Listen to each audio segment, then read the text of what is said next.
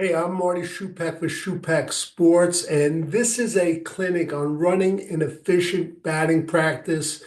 It's kind of geared for youth baseball, 10, 11, and 12-year-olds, but I highly recommend uh, coaches, even above that, all the way to high school, to really pay attention. You can pick up some good tips. Now, I do this every year. Every year, I gained some other knowledge. Thanks to you fans, you send me different notes and everything, and it really helps. Keep in mind, I started coaching like a long time ago. I coached for 30 years. And over a period of time, I developed this technique, and I found that my players would get anywhere from, I don't know, 20, 25 to 35% more swings in batting practice. Also, I just want to mention this session, it's 80% batting practice. I'm going to go over some basics on hitting, and then I'm going to attach two videos at the end, a few base running drills, which I'll mention. But, keep in mind that when I approach batting practice, when I developed this technique, I made sure that batting practice is specifically batting practice. It's not fielding practice. It's not running the last one out. I was very, very certain towards the end of my coaching, the last 10 years, how to do this, how to do it right. My players got more swings, and you just don't want to get quantity swings. You want to maximize efficiency with good quality swings. I'm going to hold up pictures. I don't have videos on this, so you could pay attention and I'll add tips throughout. Okay. And feel free to send me any notes, anything you want to improve. The first thing I do is, if you look closely, I try to move up close on the mound and I make sure I get an L screen. Very, very important.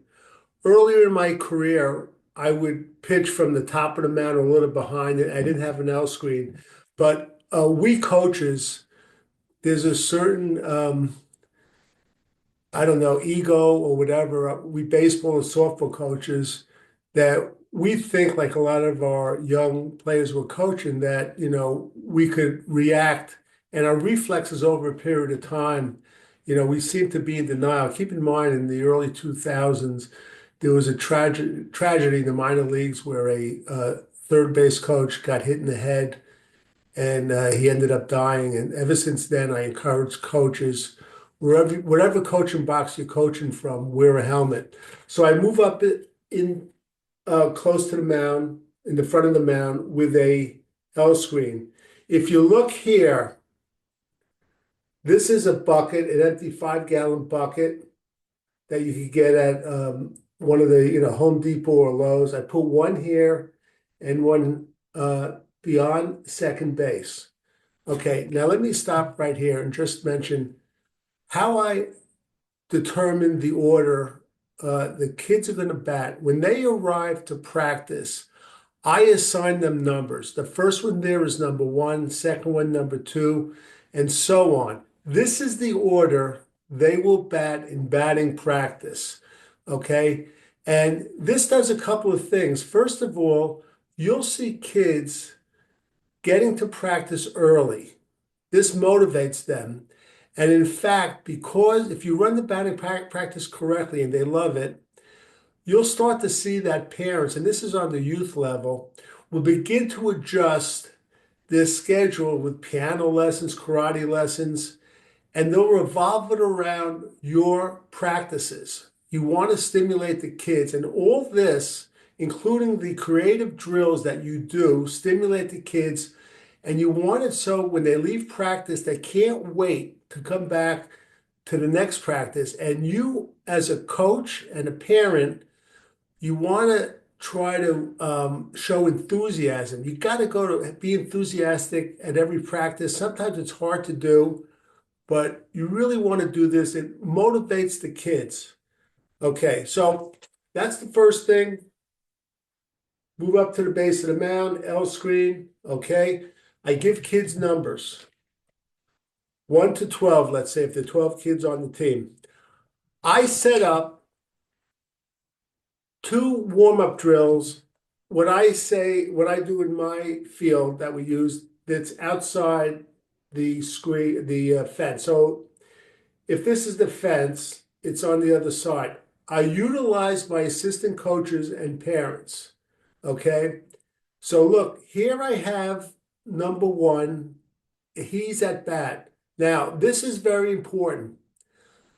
The person who is on deck, and in this case, number two, and he's the only player that's not going to do these warm-up drills. He loses out. But the reason being, I want the on deck hitter to be prepared to bat. He's ready to go. So if I call number two at bat, I don't want to have to wait for him to go into his bag and take out his batting gloves and then see his bat start warming up. Number two is ready to bat. If he's not ready, I go right to number three. Okay. Number three is here and he's hitting off a tee with another coach. He'll have a bucket of, you could use, I like rag balls. And the rag balls, and if you've seen some of my former videos, you go out to like Home Depot or Lowe's, you buy you spend like $10, $15, you buy fresh rags, like it's a 5 or 10 pound box. I wrap it around with 1 inch or 2 inch masking tape, not tight, okay, fairly soft. And I use that for a lot of different drills. I've used it for 30 years. I prefer that. The reason being, if you're going to use wiffle balls or pickle balls, you're going to spend most of your time cleaning them up. All right. Remember, this is an efficient batting practice, so it's not just efficiency on the field here, it's efficiency all over. On the other warm-up drill, I'm having the coach do a soft toss against the fence. You have to make sure your league allows it. Where I coached, if you went somewhere up here, we had a concrete wall. You could do it there. If your league will allow you to do a soft covered rag ball, do it against the fence. Some leagues won't. There's no reason why they shouldn't. I know you can't do a hard ball. All right. Now, if you look here closely, I have it numbered 1, 2, 3, 4. So this is the player that's going to be at bat. This is on deck. This is double on deck, triple on deck. Okay. Let's go to the next screen picture. All right. This picture, you'll see it. Here you see closely, if you look closely, let me just turn this bat around. You see two cones. I'm a huge proponent of bunting. When I'm pitching batting practice or running batting practice, my first two pitches, the player will bunt. And if the bunt goes through or knocks down a cone, he gets an extra swing. What we're doing here is we're motivating players to become proficient bunters. Now, of course, you as a coach, you have to have one of your practices and you have to have a good session instructing them how to be a good bunter. Okay? All right. Let me see. I'm looking. Okay, 2 stations. And you see I have different numbers. I number them 1 to 12. Now, if you look at the buckets, there's a bucket beyond second, if you remember from the first picture, and behind the pitcher's mound. When the ball is hit, if it's hit to the infield, they just roll it to the bucket. If it's hit to the outfield, they roll it to this bucket. Once you run out of baseballs, you call time and you have players put the balls in the buckets. The infield, they put it in this bucket, the outfield puts it in this bucket, and then you combine them and put it in the bucket that you're working from. Usually, and they have great nets up to your waist for batting practice. I like the old-fashioned way. I might have my own bucket here on top of another bucket that has face down, so I can just reach in. All right. Now, you'll see sometimes what you're going to be up against with young players. When you say gather the balls, sometimes they'll start playing basketball with it. Try to reinforce to them, drop it in there. There's no basketball. Now, with that said, once in a while, you tell the players, probably one out of every 10 times, okay, you could toss it in like a like a like a basketball. All right. And they like that. They like to see that you're flexible too. After the first, let's say the first batter, he ends up having, we're going to have like five swings and he has two bunts go through there. He has seven. After he's up, he grabs his glove, goes into the field. He comes up. These two guys switch. Number five, he'll come in and he'll go over here. Remember, number two is up then, and number three, who moved in, he's ready to hit. Okay. This this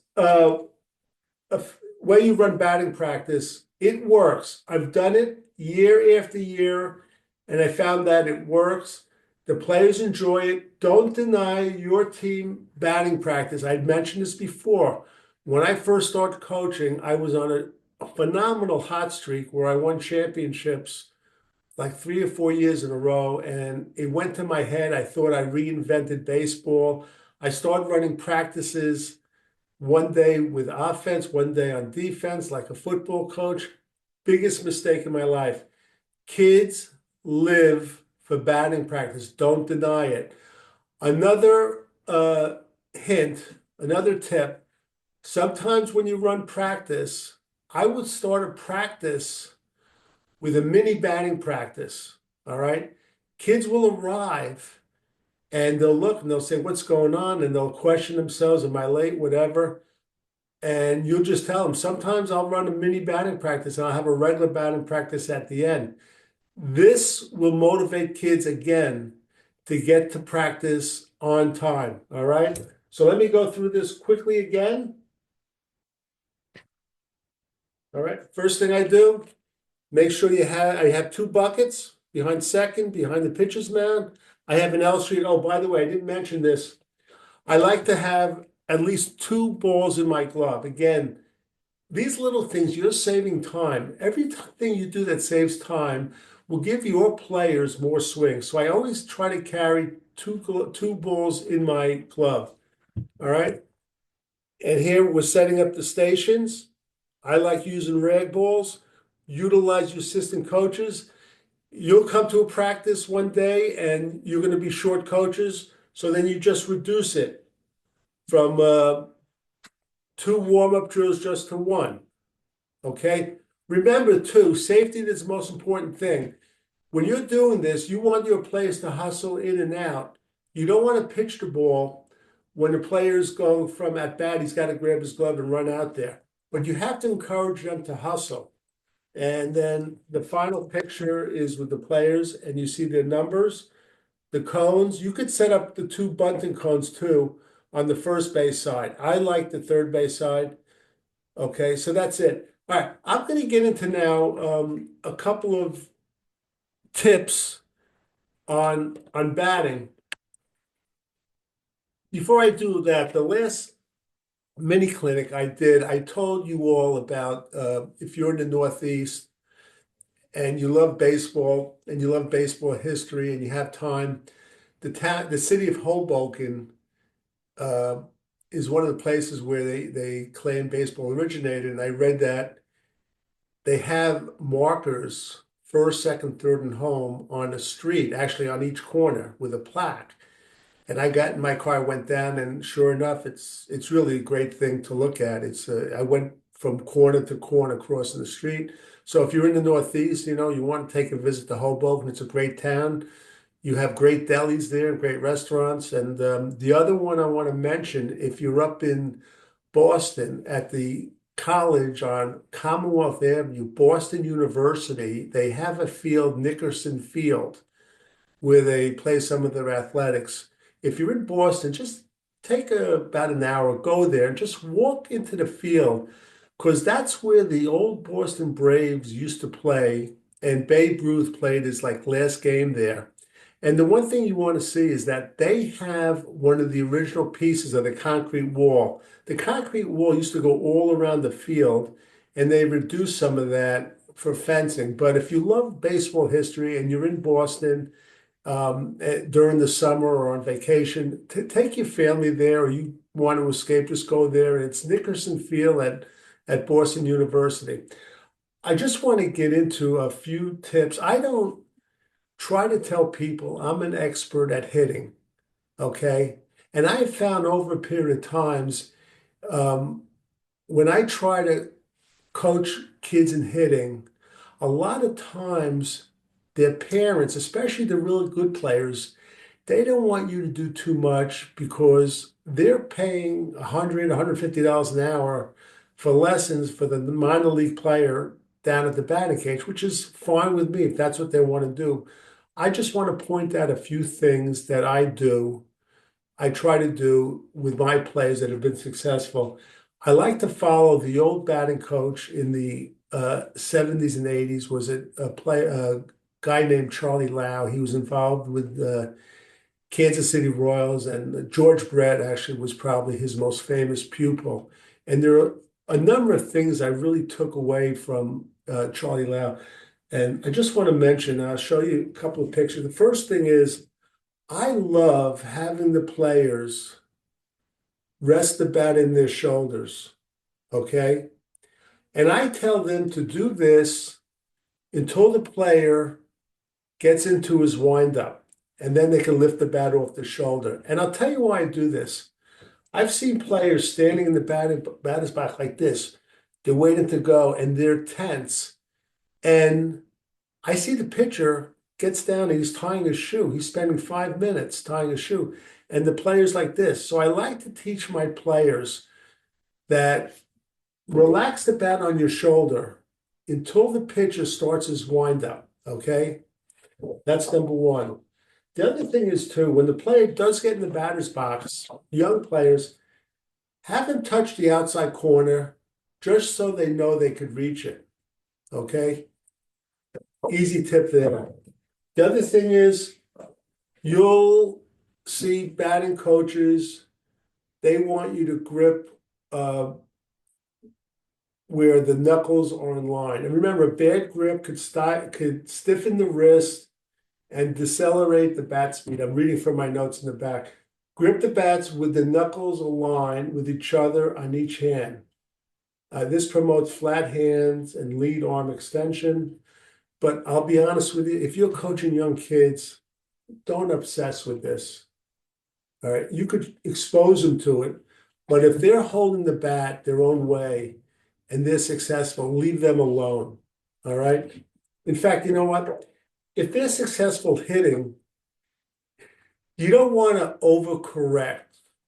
Coaches tend to overcoach and underteach. And what I find in sports, not just baseball, but I've coached basketball, I've coached soccer. Sometimes if you correct one thing that a player's doing, a lot of his other mistakes will autocorrect.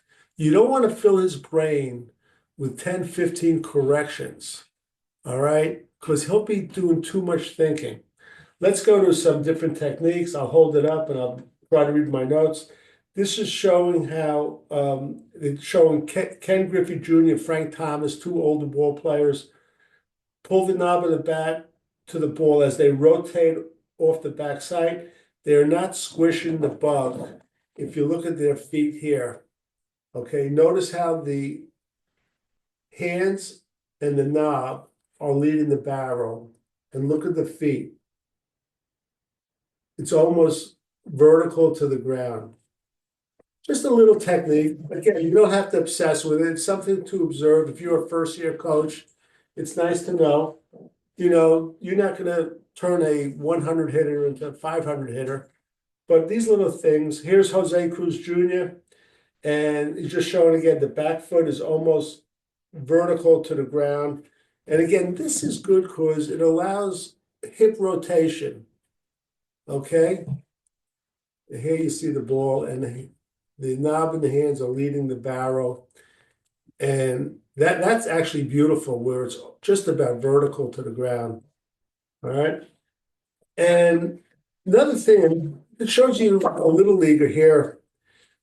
You'll see that his hands are way too high here. You got to drop the hands a bit. And it shows you Edgar Martinez Jr., who was a great hitter. And he had a swing like this, where his hands were really high. And it's a little bit of an oddity. Some players do have that. And if a young player is doing something wrong and he's successful, leave him alone. All right? Okay? The hands generally should not be that high. They should be low. I know a real old ball player, Red Sox Carl Yastrzemski, had his hands really high. So if the player's doing it and he's successful, leave him alone. But generally, you want to lower the hands way too high there. And you have a picture of a batter. And the point here is, and I'm sorry if the reflection's not good. We're having our blinds washed, so I have no blinds to cut out the sun. But what we're doing here, and the point here is, I'll just read my notes. You want to try to have your head still and your eyes down. A still head allows the center of your body to act as an axis, which in turn creates ideal hip rotation. Okay? So there you go. All right. And the last one, it's just showing a Jose Cruz Jr. They just want to point out here how the left leg stiffens, like when he's making contact. And again, you see the back foot is almost vertical. So those are just a few batting tips. But when it comes to batting, the best advice I got, and I related to the players, is a relaxed hitter is a dangerous hitter. And that's why the first picture I showed you with the player with the bat on the shoulders, I don't want him tense, all tense, all right? And I talk about something called tension busters. And players do different things. They'll rotate the bats. I know the old player Manny Ramirez would do what's called the elephant trunk swing. Anything the players do where they're relaxed in the batter's box, you tell them. If you have a young player who's very nervous, try to instruct them. You want to try to get them relaxed. Remember, a relaxed hitter is a dangerous hitter. It's always good to have them take a deep breath. So we're going to wrap it up. Don't leave. I'm going to have a couple of videos I kind of dug out of the archives about base running. I'm huge on base running. On the last one, I mentioned how you could get 1 to 2 extra runs a game if you do practice base running at every practice. I got a lot of notes from coaches and parents saying, what are you talking about? What are the drills that you're talking about? You could find them. You can investigate them. Now, as far as resources, I would, again, I don't want you to spend money you don't have, but Baseball Coaching, a guide for the youth coach and parent, I highly recommend. If you're going to spend any money on any one of my books, I would say this is it. You'll always refer to it. In fact, I would even get the digital copy online, because I have 60 sample practices. And if you click on a practice online, it'll go right to the explanation. Okay, so with that, I appreciate it. Please subscribe if you like what you saw. I'm trying to continue this format. Please give me a thumbs up. If you have comments or you have any sort of suggestions you want to make to batting practice, please do it in the comments. And if I find that they're very good, I will add it on my next time I do this little batting practice clinic. Remember, batting practice, you want it to be efficient. Batting practice is batting practice. It's not fielding practice or run the last one out. Okay? With that, let's go. Don't stick around. Let's go right to the videotape. The first base running drill we do is to practice our team signs. Indicator, steal. Indicator, fake steal. Indicator, delayed steal. Pay attention now. Look at me. We're going to go through it a couple of times. We have 2 bases, get twice as much done. When you go home, you want to stop short about 5 feet. You're not going to try to beat it. Good, okay, good job. Go fast. That's it. We always teach our players to bounce off the base. An extra set of bases is added around the diamond so we can get twice as many players involved. Good job. We also encourage our players never to take their eye off the ball when the catcher is throwing the ball back to the pitcher. The biggest benefit of this drill is encouraging players to concentrate a lot more while they're on base. Another excellent base running drill is the bounce and run drill. We have all the base runners line up at second base. We have 3 fielders, a third baseman, shortstop, and first baseman. The coach throws a ground ball to shortstop or third base. The base runner bounces off the base and goes to the next base only when he sees the fielder let go of the ball. He then goes from third to home on the next ground ball.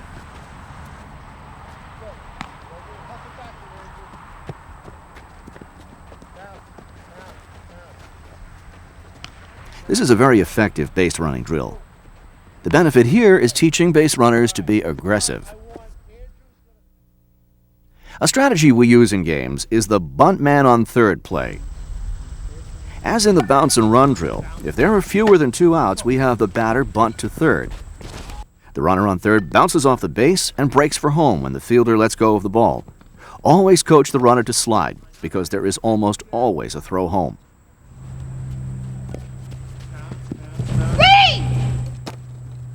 To defend the bunt man on third play, the shortstop will cover third as the third baseman fields the ball. This will help freeze the runner at third. If the runner is too far off the base, the shortstop yells out a prearranged code word, like green, and the third baseman turns and throws to the shortstop covering third.